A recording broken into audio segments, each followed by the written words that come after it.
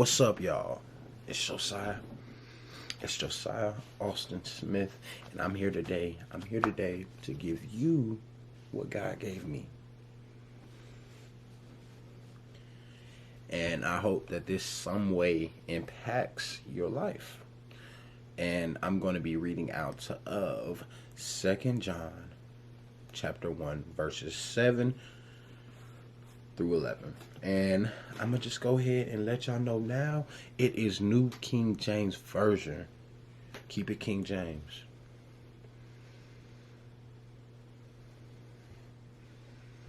All right. Verse 7 starts off by saying, "For many deceivers have gone out into the world who do not confess Jesus Christ as coming in the flesh. This is a deceiver and an antichrist." When I first read that, I'm going to stop right there. When I first read that, it kind of blew my mind because the concept of antichrist for me and all my life has always been seen as just one person. And it's like, I always thought about it like, oh, it's going to be a person coming. And anyone who doesn't understand what that the antichrist is basically opposite of Christ. And it's just, in the movies that I watched when I was younger, it always showed it as being like somebody who was going to be in a high power, and he was basically just going to try to tear everything down that was Jesus and go opposite against it. And they always explained it as being the spawn of Satan and just explained it like that. And I always thought about it as like being a singular person. But in here, when you read it, it says, "For many deceivers have gone out into the world who do not confess Jesus Christ as coming in the flesh. This is a deceiver and an antichrist." And if you read that, there's no way that you don't hear that. It's saying right here that there are many different people that have this spirit of the antichrist operating in them. And it's just like, when you think about it like that, it doesn't have to be just a person. It can be literally these phones. Sometimes these phones, you'll see stuff on it, and it's like, wow, that hit me in a spot that I'm wounded. I'm still hurting in, that I'm still dealing with, and that caused me to go back to where I used to be. It's like, it'll be times I'm on scrolling or something like that, and I see an ad, and I'm like, why is this girl naked? Why is this such and such going on? It's just like your phone. It could be times where it's just like you'll see stuff happen. It's like, that's not God. You can't claim that as being God. That's clearly the enemy trying to throw something at you, trying to throw a curveball to mess you up and cause you to fall. And a lot of times this stuff happens right when you get out of a great move of God. It's like, oh, you say that you're going to start doing something with God, and the enemy hears it. He's like, oh, you gonna start reading your word more? Okay, I'm gonna drop like 4 Netflix shows. Oh, you say you finna do this? Oh, I got you. Game of Thrones coming on tonight. And it's just like you set plans out and you do all these things, and the enemy hears it and he's like, okay, I got something for you. And it's just like, when you recognize all of those things that are happening, you recognize them for what they are. That's the Antichrist trying to push you away, trying to do everything opposite of what Christ is trying to do. And once you recognize that, your walk with God will be so much easier because you know what you're fighting against. And I'm going to go ahead and keep on reading it. And it says, verse 8, "Look to yourselves that we do not lose those things we worked for, but that we may receive a full reward." And this really hit me because it's like, with all that's going on right now with the corona and everybody got to stay home, social distancing, all that stuff that's going on, I start to see myself backpedal. And it's just like, where am I going? Like, I'm moving backwards. I'm like, I'm not moving where I need to be in God. And it's just like, it speaks about that. It says, "Look to yourself that we do not lose those things we worked for, but that we may receive a full reward." And it's just like, I start to lose what God has already given me. I start to lose the footing, the ground, the actual fruits that I've already worked for, that I've already planted in the ground. I start to see them just wither away. And it's just because we are not focused on what we need to be focused on. And it's not a slight at anybody, because when I'm saying this by myself. It's just like you're going backwards because you're not still in that mode of urgency and that sense of I gotta get to this goal. You're still moving like you used to in the past. When you start doing the same things you did in the past, you start getting what you got in the past. And it's just like each day you have to make sure that you're working for something greater each day. And it's just like you have to look at your life like, yes, I might be doing what's right in this moment, but there's so much more that I need to be doing. Never and never, if you think like this, you're going to mess yourself up. Never think that you're doing everything that you need to be doing. Never think that you're just okay where you're at. Never think that, because once you start thinking like that, that is when the enemy is going to come up under you and put that vanity, put that self-worship, and just like start raising yourself up. He's gonna put it all in your head. Oh yeah, you did that. Oh yeah, you don't need nobody else. Ah yeah, you did that by yourself. And it's just like it gets into your head, and it's just like you have to make sure that in your mindset, the mindset that you have, you are never going to be where you need to be until you're in heaven.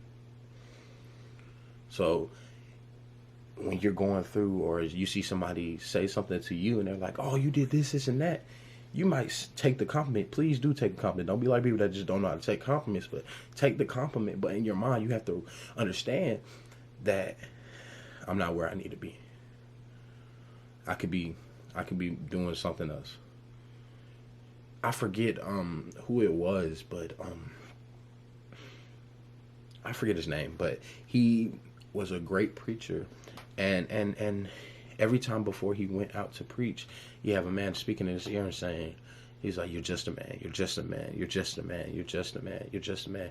And he's saying this to him because he understood once he got out there on the pulpit, all those people in there, he can't control what those people are thinking of him. Those people are thinking that he is more than a man. He's this, he's that, and they will praise you into your own downfall. They will praise you up to a point where you're too high to be, and you don't know how to stand up there because you're not meant to be up there. And it's just like you don't need to let people get you to the point where you think that you did it on your own, because there's no physical way, there's none at all that you can get this or that without the guidance of God, without God allowing it. Everything that you have right now, everything that I have right now, everything is because God allowed me to have it. And once I start to register that in my mind, it's like, oh dang, he allowed it. Why am I acting like I did something? Why am I acting like I did this and that? Why am I proud about this? Oh, I didn't, man. No, I did nothing. All I did was be here and be available. And it's just, that's important. A lot of people don't do that, but it's just like, I can't praise myself for what God is doing in me. I can't. And verse 9 starts off by saying, it says, whoever transgress and does not abide in the doctrine of Christ does not have God. He who abides in the doctrine of Christ has both the Father and the Son. If anyone comes to you and does not bring this doctrine, do not receive him into your house, nor greet him, for he who greets him shares in his evil deeds. When I read this, the first thing I'm just thinking about a house, and I'm like, man, why won't you let somebody in your house or this and that? And it's just like God starts to reveal it to me. It's like, it's not the house. It's talking about your body, your temple, how you treat the temple of God, this.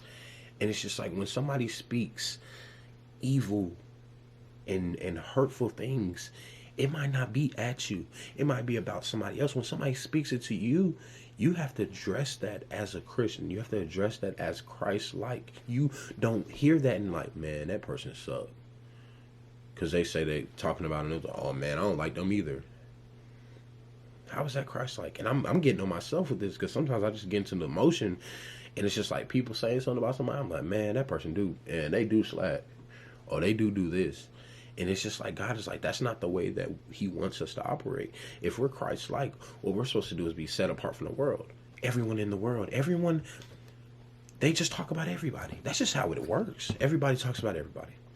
And when you get into the motion of just doing what everybody does, all that you're doing is going to that way, conforming to the world. And it's like when you live like that, there's no way that you can say that you're operating in the spirit and you're over here doing everything that the world's doing. You know how you kill evil, meanness, all those things? You kill that. You kill it with love. You kill it with kindness. You kill it with a soft spoken word. There's times where I've operated in this totally wrong way. I just went along with the motion. I just accepted it into my house. But there's times when I see somebody saying something about somebody, they're like, oh, such and such, man, they mean, they do this, they do that. And I'm like, man, I don't see that, man. Oh, they like me. I like them, man. They're good people. And it's just like, I might be able to like visually see why they're saying they're mean. But I honestly believe that them being angry, them being upset, I don't see that as them. I see that as something that they're battling with. I have to look at every person as like, they're going through something to make them do this. They're going through this to make them do that. And I'm not giving them excuses, but I'm just making it so easy for me to love them that it's like whatever they do, I can still love them through it. There's times when people, I've had somebody just cuss me out, just like cut me out, cuss you out. And it's just like, I had to stop for a second. I'm like, man, I could have really said something crazy. And it's just like, I can't do that though. If I call myself a Christian, if I just go back and forth with them, I start cussing at them, what's going to happen? How are they? The world already views Christians as being this horrible thing. So if I just react like the world reacts to everything, I am going to mess up even more. And I'm going to make it so that people won't even have a chance to see God in me. What am I doing then? How can I say I'm a Christian if I'm not trying to live my life to create disciples? You have to be disciples creating disciples.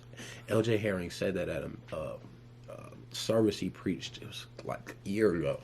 And it's just like we have to be disciples creating disciples. And once we live like that, there's nothing that can stop us. Nothing. And I just want to say this as I'm closing. God, He loves you. You're not too far. You can never be too far. It's gonna be people who want to tell you that you're too far. You can't give up this, so I can't do this. Oh, I can't give up drinking, so I can't go to Christ. If you have that drive to have a relationship with God, work on that first. Don't look at what everybody else's relationship with God is. Work on your relationship with God, and all the other stuff will come. All the other stuff will come. You have to work. You have to want to be with Him first. You can't say that I don't want to be with Him because I'm going to have to stop doing this. You just don't want to be with Him. Just say that. If you want to be with Him, you'll go to Him first, and then everything else will come. I truly do love you. And I hope, I pray that this meant something to you as much as it meant to me. It's meant so much to me. I just like it. This word that God gave me, it was like, oh, this impacted me on a different level. And I'm praying that it just left a seed into you. It's just like, okay, I want to see God blossom that in you. And I'm honestly thankful that if you've made it this far in the video, I'm thankful that God has allowed you to listen to this, because this is something that you need to hear. I love you, and I hope y'all have a blessed day. I am going to head out. I got stuff to do.